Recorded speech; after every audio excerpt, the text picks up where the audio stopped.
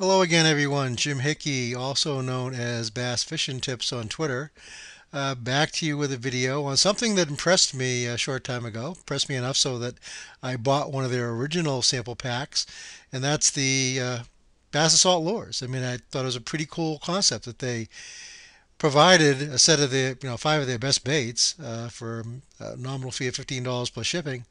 Um, which is like $10 off the normal price of those baits. You're saving like 40 odd percent. So at any rate, not only did that impress me so much that I got the owner's attention, and we talked a little bit, but he thought about another alternative, and he came out with what's referred to as a build your own pack. So rather than being the packs they select as being, some of their five best baits, or at least five colors in the best baits that they sell, it gives you the option to go in and select variations of that so you can kind of customize it to your own liking. And what I'm going to do is take it one step further. I'll introduce you to how that whole buy your own pack concept works and give you a scenario where I'd take this out to a lake I fish all the time and how I'd use it. How I'd actually go ahead and buy a pack to go out and test to see how I like their bait. So without further ado, let's move right along. If you go over to the Bass Assault Lures um, site, you go to their website and click on the sample pack tab and go work your way through to the actual buy your own pack page, or you can type directly into your web browser right now byopack.com.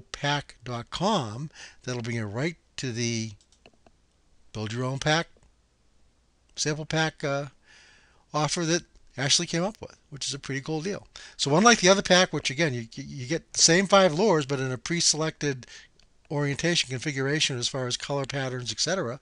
Here you get to choose the type of spinnerbait you want. You get to choose the different color spinnerbait you want.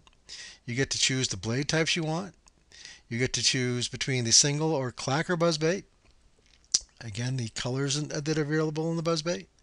The corrugator jig, all the different colors that are available there, whether you want rattles or not. But notice there is, if you do want rattles, there is a slight increase in fee for that. A buck total would be. Anyway, same thing on the corrugator pup. You get to choose the different colors and whether or not you want rattles, and then the different colors that are available on the swim jigs. Pretty cool concept. Now, how would I go about building one of these kits? How would I go about using one of these things? Well, let's head back to the presentation and go to the next slide. Here's a shot from the what I'd refer to as a big flat out here, looking across a reservoir that I fish commonly. Over here on the opposite side, opposite bank, you see this highly steep bank here. It's a cut bank. That's because the channel swings it across here. So I'm actually taking this across the flat. Bunch of standing timber, bunch of fallen timber, bunch of stumps. Over here, there's scattered weed beds around. So there's a whole bunch of cover and a great place that bass come and congregate. It's a great place to go in and test these lures. So what exactly are the fishing conditions? Well, it's in the upper end of a hill and reservoir, expansive flat ranging from 0 to 6 feet till you get to the channel edge. Then it drops down into 11 to 12 feet of water. There's a number of trees that are still standing out there, but it is a 20-year-old reservoir now, so many of the trees have fallen down. The stumps are still out there. The trunks are still down there. A lot of branches strewn across the flats and down along the edges of the channel.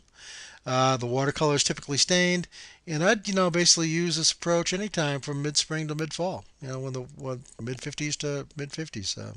Anyways, the sample pack again, you get a buzz bait, a spinner bait, a regular corrugator jig, a corrugator pup jig, a swimming jig. I'd rig all these in casting gear. The different types of line I'd use: 15-pound mono for the buzz bait, 15-pound fluorocarbon for the spinnerbait, 30-pound braid for the corrugator jig, because I'm primarily going to use that for flipping into the densest brush and cover, flipping, pitching, working it down through those dense tangles that are down the channel where the wood is falling down into it. And then the corrugator pup and the swimming jig, I'd use those for swimming applications. The corrugator pup, again, where I had a lot of brush still around because it's got a much heavier weed guard. And the swimming jig, whereas at the edges of the trees, edges of the brush, edge of the weed beds that are around there, places where I wouldn't have to worry about, possibly tripping that light weed guard and getting it hung up. I do want it to be weedless after all.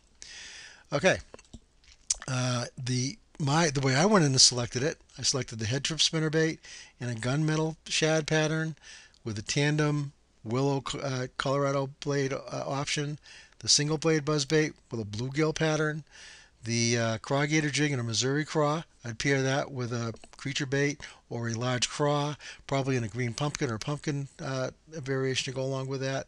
Didn't opt for the jig rattles in either case. For the craw gator pup, I'm going to swim it. Peanut butter and jelly option, again coupled with a something like a pumpkin peppers swim bait type coloration or double tail grub or something like that. Again for kind of mimicking brim bluegills. And then the swimming jig went to a gizzard shad. Again, I'd pair that with a small gizzard shad type swim bait to go along with it. Going back to an overhead view of the area, again, here's a topographic map insert of the reservoir before it was built, or this area before the reservoir was actually constructed. This blue line is the actual channel coming up that it basically works up its way up through here along this cut bank and then back up again through. This is the big expansive flat. All kinds of standing trees still out here, but there's a lot of trees that have fallen, weed beds scattered around. So what a perfect place to take the scenario that I've been talking about. As far as when I'd use what lures, buzz baits early and late definitely, scattered throughout the day. Spinner bait when I was going to use one of the reaction type baits throughout the day. And then the jigs, again, the craw gator jig for pitching and flipping and working through the deep brush tangles in the channel, and then the two other baits I'd use as swimming things, and they're two different scenarios. So if you want to learn more about this, I encourage you to go over to the Bass Assault site. And you can get there by simply to this pack, simply, excuse me, by typing in http://byopack.com into your web browser address bar, or clicking on the link where this video is posted. But go there, check it out, think about it, think about the way I described how I'd use this thing and how I'd build this thing, and pick up your Bass Assault Lures pack today if you're so inclined. Have a wonderful day. Talk to you again soon.